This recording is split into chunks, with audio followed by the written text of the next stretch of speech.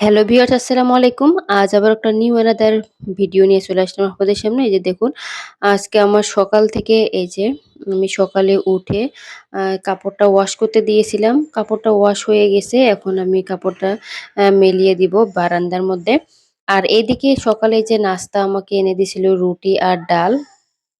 আমি আর বাবুরা খেয়েছি সবাই মিলে। এই তো সকালে আমাদের এই নাস্তা ছিল রুটি আর ডাল।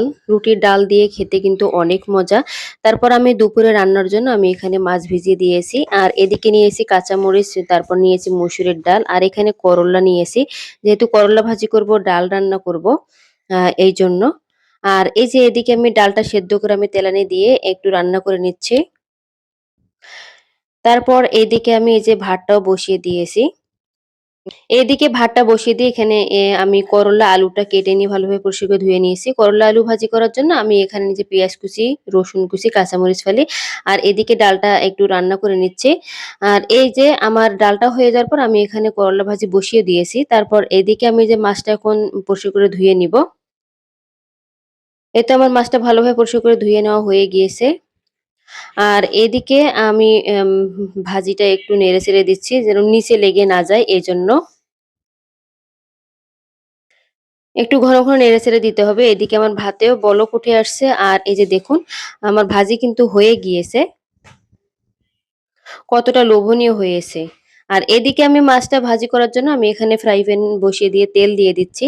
তেল দেওয়ার পর লবণ, হলুদ দিয়ে রান্নার রেগুলার তেল দিয়ে আমি লবণ, হলুদ দিয়ে যে মেখে রেখেছিলাম মাছগুলো, এগুলো আমি দিয়ে দিচ্ছি তেলের মধ্যে।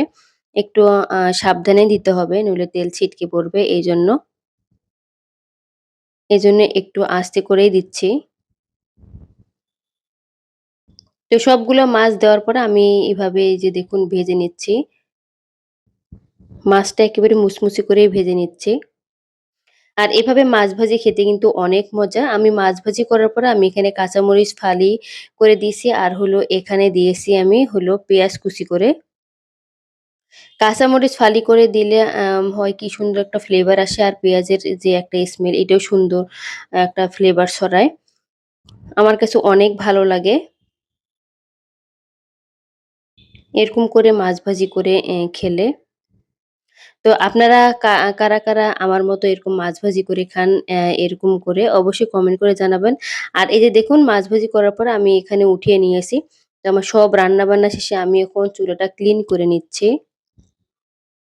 এই যে দেখুন। প্রতিদিন রান্নার পরে এভাবে ক্লিন করলে অনেক পরিষ্কার থাকে। আর খুব একটা ময়লাও হয় না। আর দেখতেও ভালো লাগে। আমি তো প্রতিদিন এভাবেই ক্লিন করি। আপনারা কারা, কারা আমার মতো এরকম করেন যে রান্না করার পরে ক্লিন করে রাখেন? আমার এভাবে পরিষ্কার করে রাখলে আমার অনেকটা ভালো লাগে।